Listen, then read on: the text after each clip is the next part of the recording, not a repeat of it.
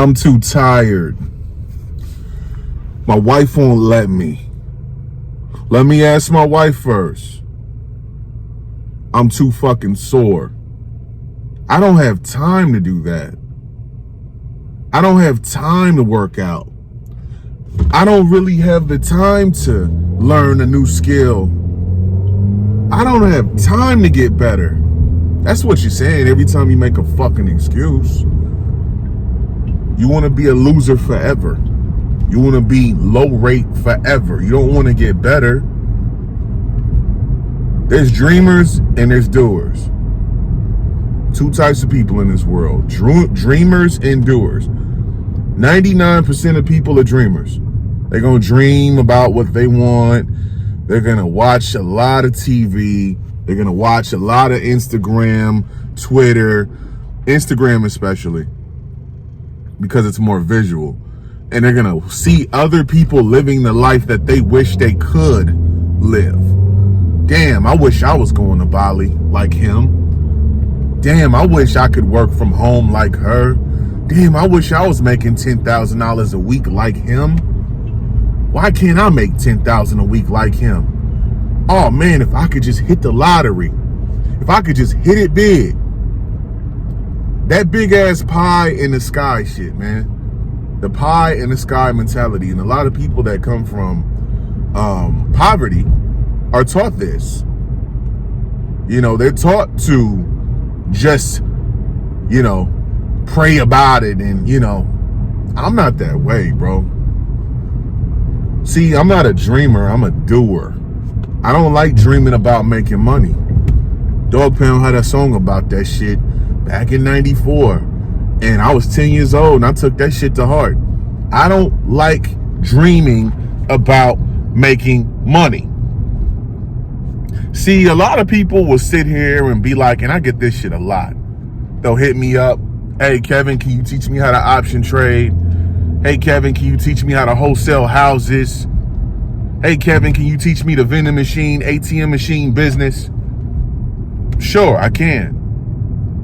But you know what I realized after I had like my 10th or my 15th or my 20th client of people that I've been coaching and consulting, and I've been coaching and consulting for a long time. But I learned that they're about the 10th person, because in the beginning, I would just take it. Somebody said they wanted to learn something. I would take their money. I would show them how to do it. And we would go from there. But what I learned after about 10 clients, is that you have to interview people before you do work with them. It's just like a job, you know?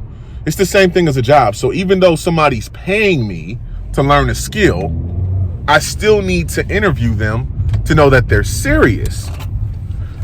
A lot of people, see, you got people, most people are dreamers, right? They'll dream and they'll watch Instagram and they'll say shit about how they want to do this and they want to do that, and they're so serious and they're this and they're that, right? You get that a lot. That's the majority of people, right? But then you get the very small percentage of those dreamers who are actually willing to invest in themselves to learn that skill that they're talking about.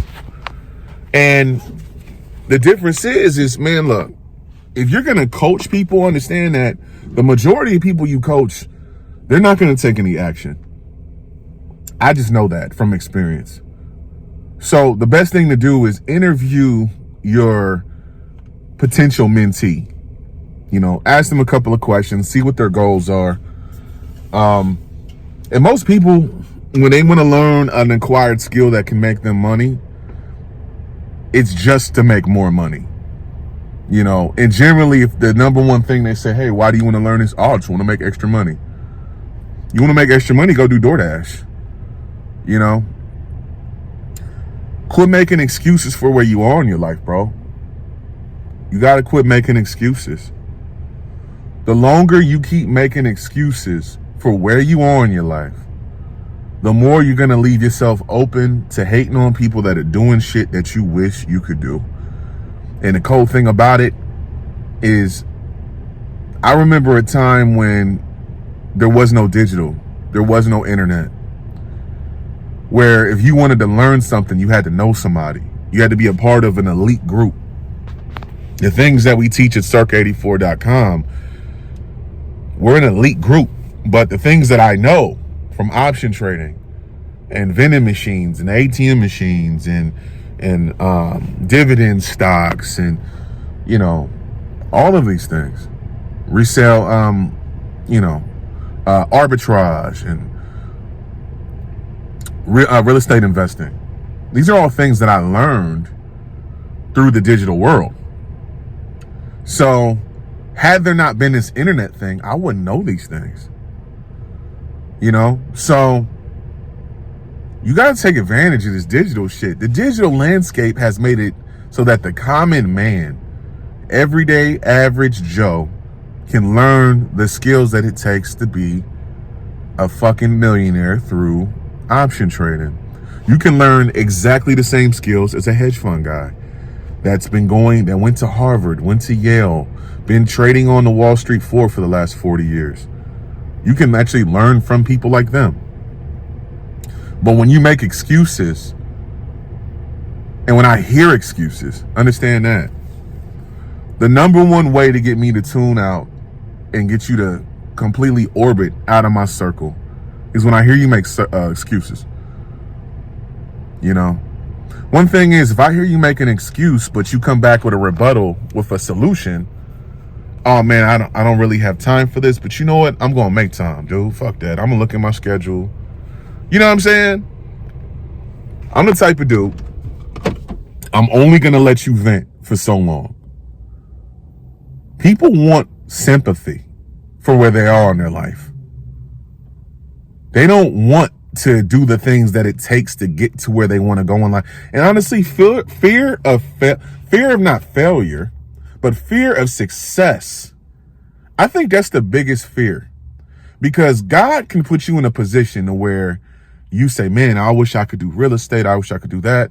And next thing you know, you DM a guy such as myself, who's been doing real estate since October of 2018, who's wholesaled properties in Philly, Louisville, Kentucky, Houston, Texas, Cleveland, Ohio, Detroit, Michigan. You get it, right?